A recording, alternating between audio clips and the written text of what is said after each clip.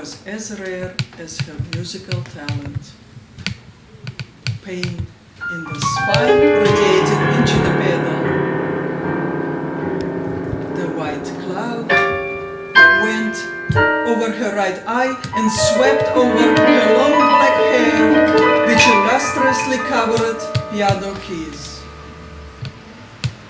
To raise money for surgery, she recorded the album with the rhythms of her heart.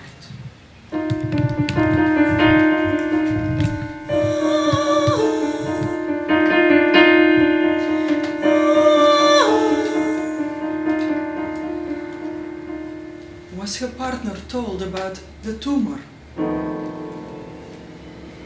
He took all proceeds and purchased the Bosendorfer Grand, her childhood dream.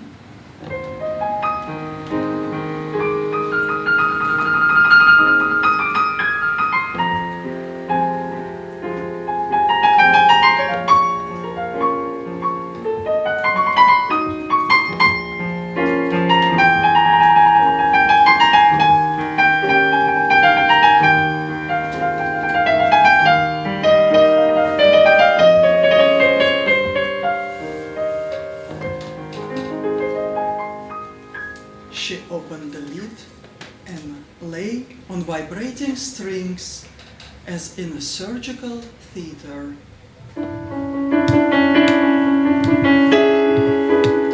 Tender thumbs of hammers making her feel in good hands.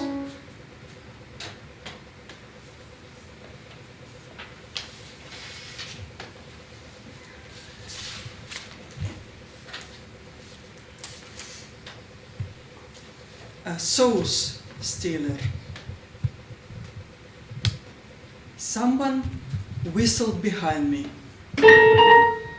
then shouted thick, short words that mixed with the improvised noise of a Connell Street.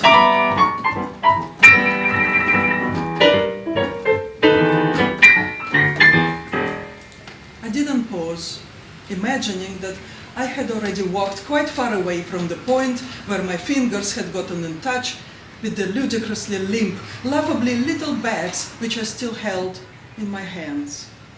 Now I wanted to be left alone with them in the sunny midst of it all, in the messy ensemble of strangers, in this melting pot of potholes, pines, and paddy wagons.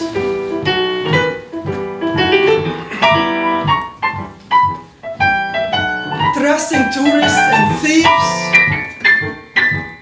trams and trad Irish music pouring like beer from pubs.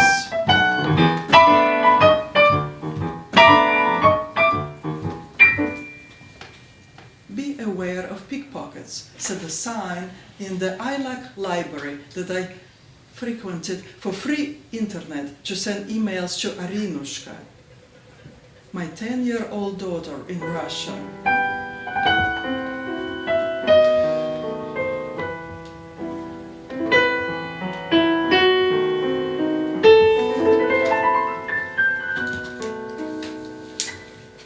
But I wasn't a pickpocket.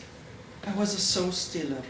After grabbing what I could grab, I got down the steps of a fast food fortress, enveloped by the determination of hunger, firmly clutching my loot, not letting it go despite all the arrhythmic shouts disturbing an even rhythm of the street, despite the aggressive attention.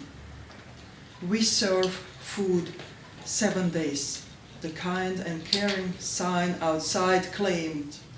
Someone once told me that the eatery was located in an old bank damaged by shells from HMS Helga during the Rising. I passed it so many times on the way to my busking spot on Henry Street, where I sang my main course, Kalinka, Malinka.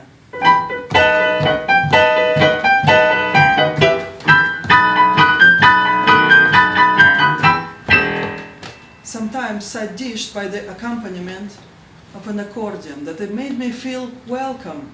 Did this pub just put a robe of respectability on its greasy, greedy, fried shoulders, a busy road at its footsteps, a Lewis line? Pedestrians wait until a tram starts its movement and rush to cross the road in front of it like in a funny cartoon. An ATM where I used to stand behind people just to glimpse their leftover balances, 80, 100, rarely 300 euros of savings. A pharmacy with a security guard watching that nobody appropriates long-winged always menstrual pads. A clerk who refused to sell me eye drops without prescription, leaving me with closed eyes covered with sticky and gooey secretions, as though I didn't want to face this damned world. A tram line makes my head dizzy. I look left and right, not at all used to Dublin's left-handedness after 40 years in Russia.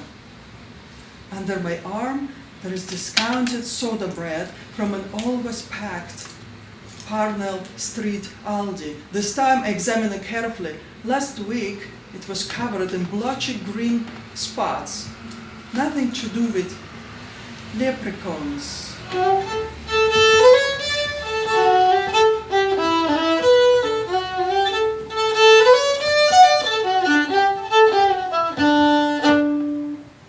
It was banal mold. In a nearby Lidl, from the bread cutting machine, it's possible to fish out slices left there by customers. Some of the slices drop to the floor. I pick them up anyway, then dip a hand into plastic bins with salted nuts. When some of them are open, it's easier to dive in quite speedily, not to be noticed. Cashews, almonds, one needs to crush them with the teeth right away so that there isn't any evidence in the pockets. And if it's pistachios, leave the shells in the store. There are some already in one of the cartons with beer. But sauces? Sauces, I carry them openly. They are complimentary. They cost nothing. They're small. Another shout from behind. Now more determined than ever. But I don't stop. A hand touches my shoulder.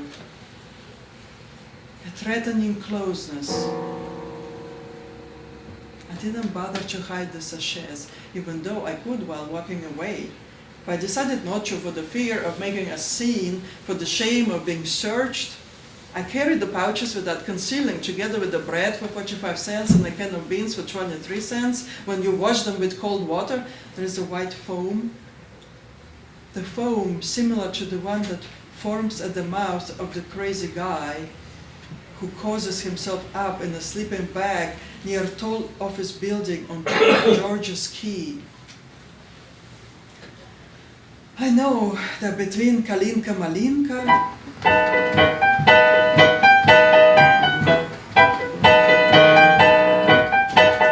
and the rocky road to Dublin,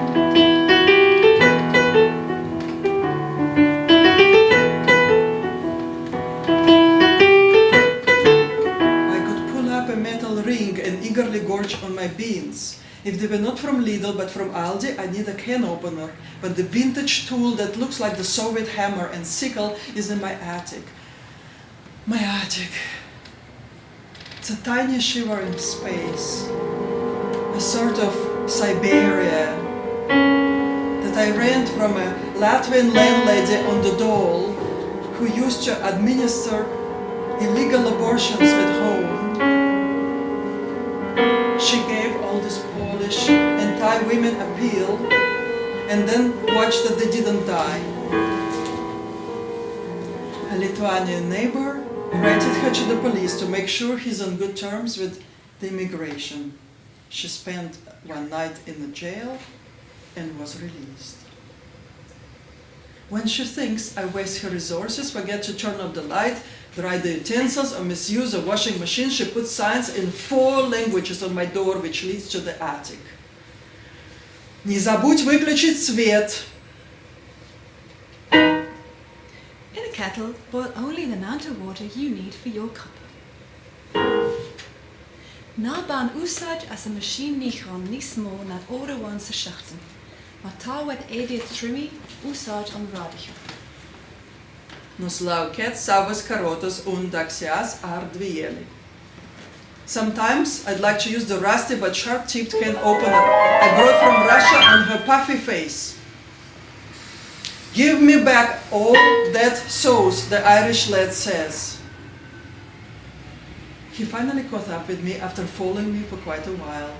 His blue eyes unblinking, his shoes pointy and spotless.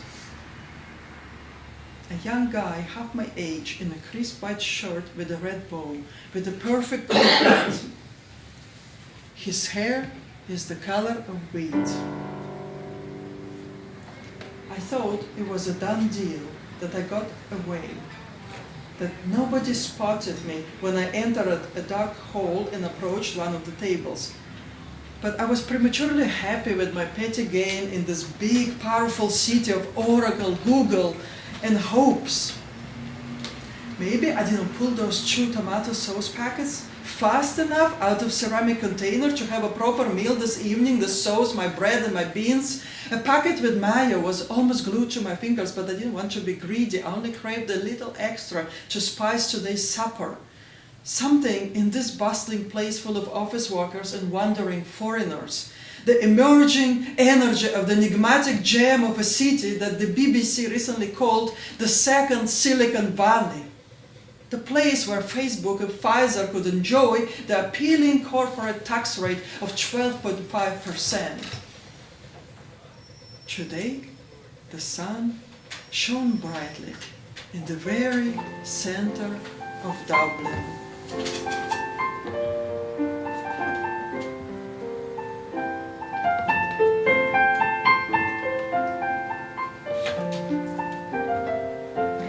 To the General Post Office where the famous rising took place.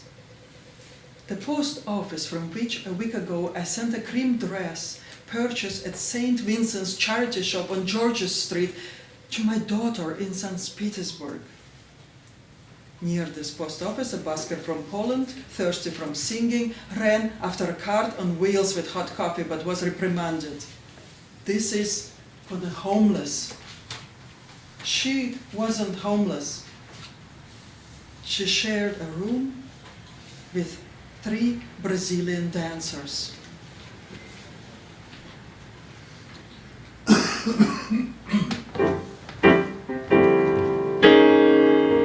Olha que coisa mais linda, mais cheia de graça. Ela é a menina que vem, que passa, doce e balança o caminho do mar.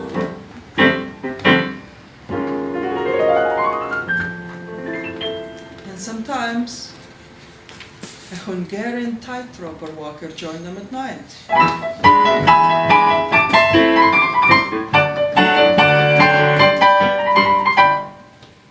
In the evening, beside the GPO wall, charity workers set up tables. Others sort through unappealing clothes, eat unappetizing food. 100 years after the rising. Glowing purple skin on the bare leg of an invalid beggar showing wounds.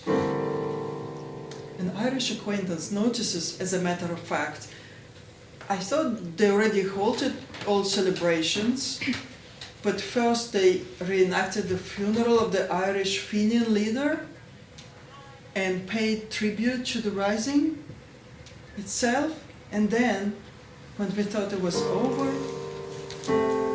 they continued with commemorating the executions.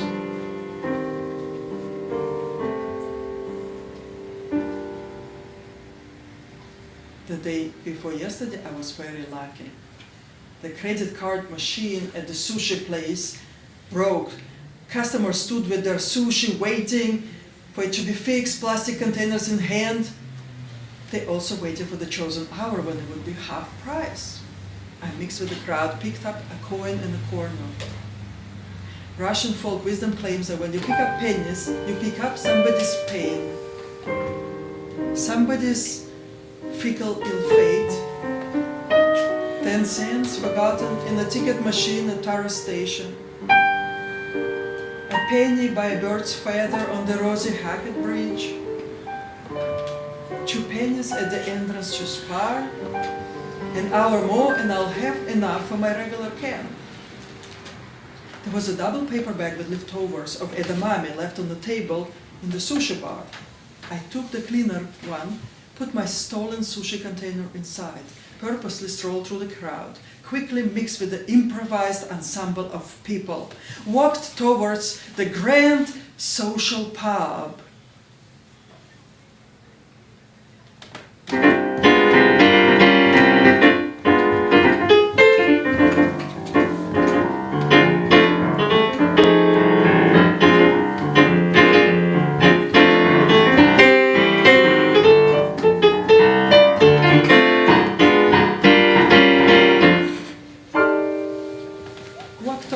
Social pub where just jammers sometimes leave their pints unattended at tables.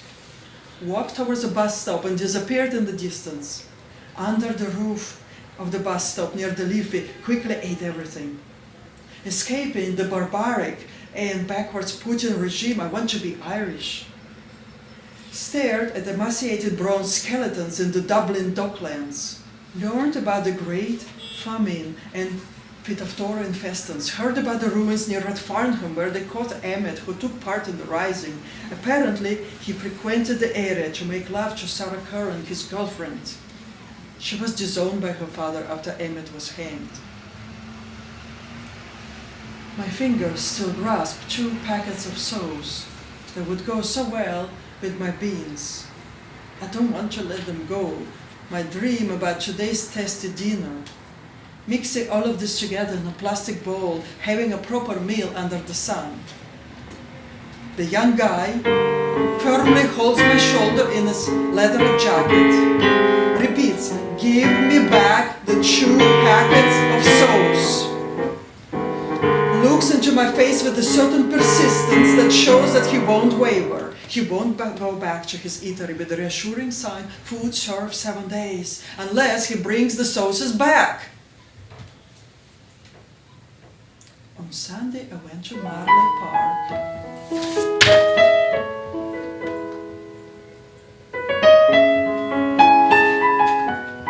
Saw old-fashioned women sketching near the castle.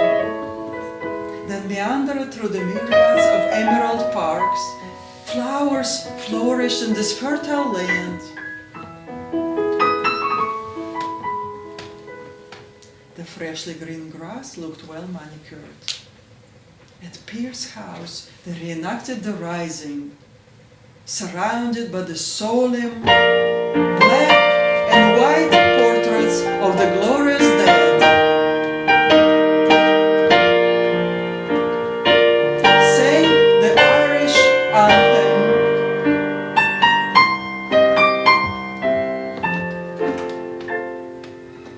Dropped tears of rain, umbrellas, an ambulance, white-clad women with red crosses, soldiers in historic green uniforms, the rising again and again and again. A slam poet invited me to a feminist vaudeville called Estrogen Rising, but I didn't go, not to turn something that important into a farce. At the farmer's market in Templeogue, they would stare at my half-Irish friend with suspicion. "What accent is this? Are you from here?" And with a wink, forgive her half-Englishness. Over the weekend, I visited the Pierce Museum Cafe. Put a pack of brown sugar into my pocket. Then drank some cream from a saucer next to the counter. A rumpled woman approached me with a historical booklet in her hand. "This is about the rising. Only €4. I had no money. Could I sing a patriotic song to her in exchange for the book? Oh, Father dear, I long to hear you speak of Valentine, with lofty scenes and valleys green, on mountains rude and wild. The soldiers who took part in the reincarnation of the rising stood in line for their crumbled apple pies for $6.50 that I couldn't afford. Later I checked if anything was left on their plates. Just some lettuce with holes in it, the bullet holes in the salad leaves.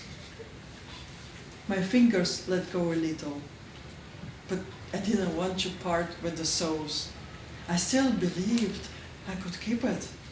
The eatery was so popular with well-off tourists, Americans, Germans, and French, who didn't mind paying a $5 for O'Hara's or Smithwick's. I had a gaunt face. I didn't look plump at all.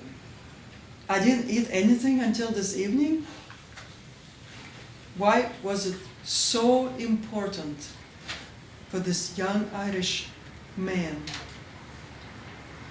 to put the tomato sauce back into its original place, into its square container? My fingers still held 2 tiny packets of ketchup. He said, "I'll call the guardian." And at this point, I had to part with my red sauce, and with it went my emerald dream.